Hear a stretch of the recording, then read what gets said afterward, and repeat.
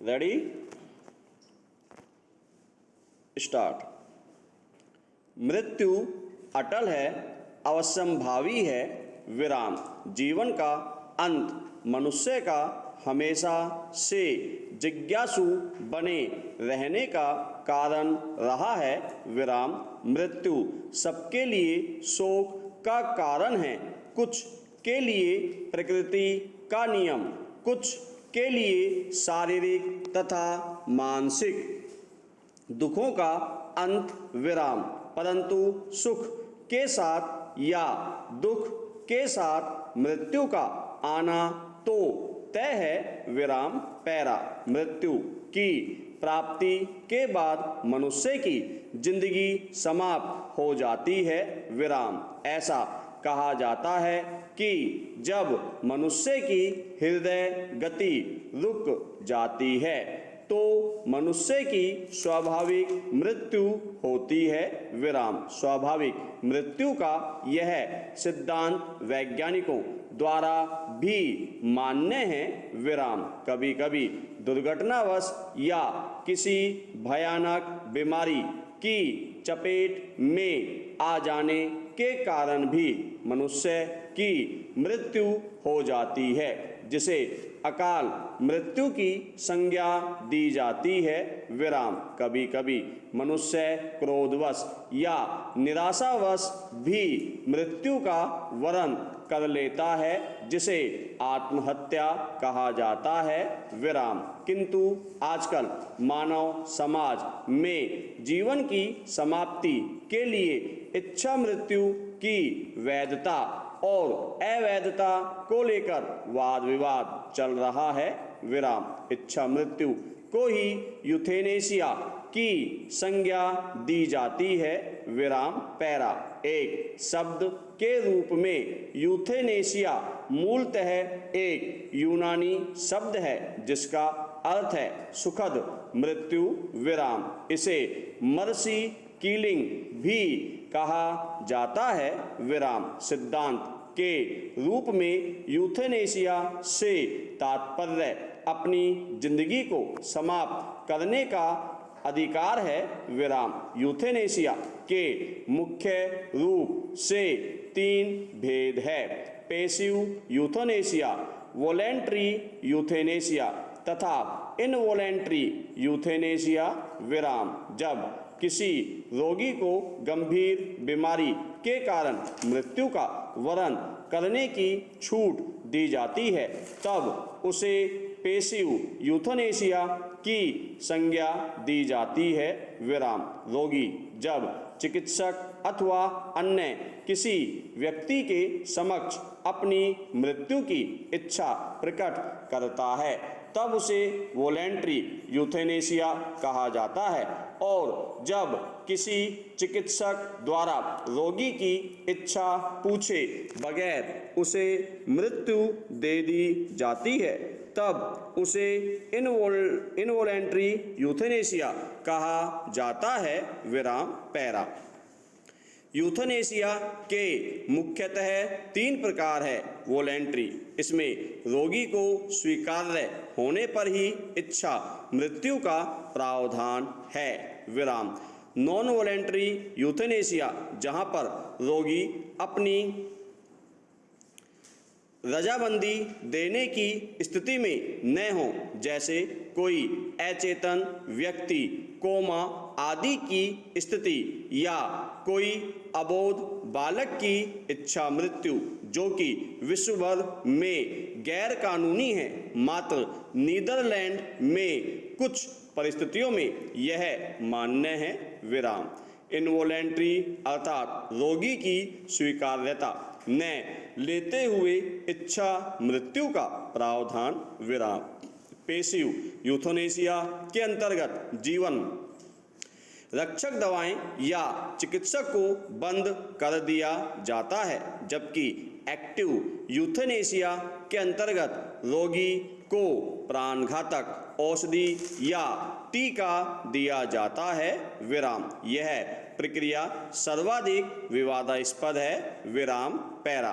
हाल के वर्षों में यूथेनेशिया को लेकर जो विवाद उठ खड़ा हुआ है वह इस बात को लेकर ही ज़्यादा है कि क्या किसी रोगी की मृत्यु में चिकित्सक को सहायक होना चाहिए, अर्थात यूथनेसिया को चिकित्सा विज्ञान का समर्थन मिलना चाहिए या नहीं। यह विवाद इसलिए भी ज़्यादा महत्वपूर्ण बन गया है कि जब चिकित्सा विज्ञान इतनी अधिक प्रगति कर चुका है कि मृत व्यक्ति को भी जीवित करने की कल्पना की जा रही है, तब यूथनेसिया को समर्थन प्रदान करना कहाँ तक युक्ति संगत है। विराम पैरा। ऐसा नहीं है कि यूथनेसिया अचानक ही मानव समाज के समक्ष प्रकट हो गई है। विराम। इसका प्रमाण प्राचीन काल से ही मिलता है। विराम। प्लेटो, सुकरात आदि जैसे दार्शनिकों ने जिस तरीके से अपने शरीर का त्याग किया था वह भी यूथनेसिया ही था। विराम। भारतीय दर्शन में भी इच्छा मृत्यु का सिद्धांत विद्यमान है। विराम। कुरुक्षेत्र में देवव्रत भीष्म द्वारा इच्छानुसार ही मृत्यु प्राप्त की गई थी। विराम। ऐसी उक्ति है कि भीष्म को इच्छा मृत्यु का वरदान मिला था। विराम। इस तथाकथित उक्ति में चाहे सत्यता हो अथवा न हो, किंतु यह इस बात को तो प्रमाणित करता ही है कि भारत में प्राचीन काल से ही इच्छा मृत्यु की धारणा प्रचलित है। विराम। आधुनिक काल में सत्याग्रही और भूदान आंदोलन के प्रणेता विनोबा भावे द्वारा भी तो इच्छा मृत्यु का ही वर्ण किया गया था। विराम। किंतु प्राचीन यूथनेसिया और वर्तमान यूथनेसिया में सिद्धांत है व्यापक अंतर विद्यमान है। विराम। भारतीय दर्शन के अनुसार प्राचीन काल में मानव जीवन 100 वर्षों के आधार पर 4 खंडों में विभक्त था, जिसके अनुसार प्रथम 25 वर्ष ब्रह्मचर्य के पालन के होते थे। इस काल में विद्या अध्ययन किया जाता था और ज्ञान की प्राप्ति की जाती थी।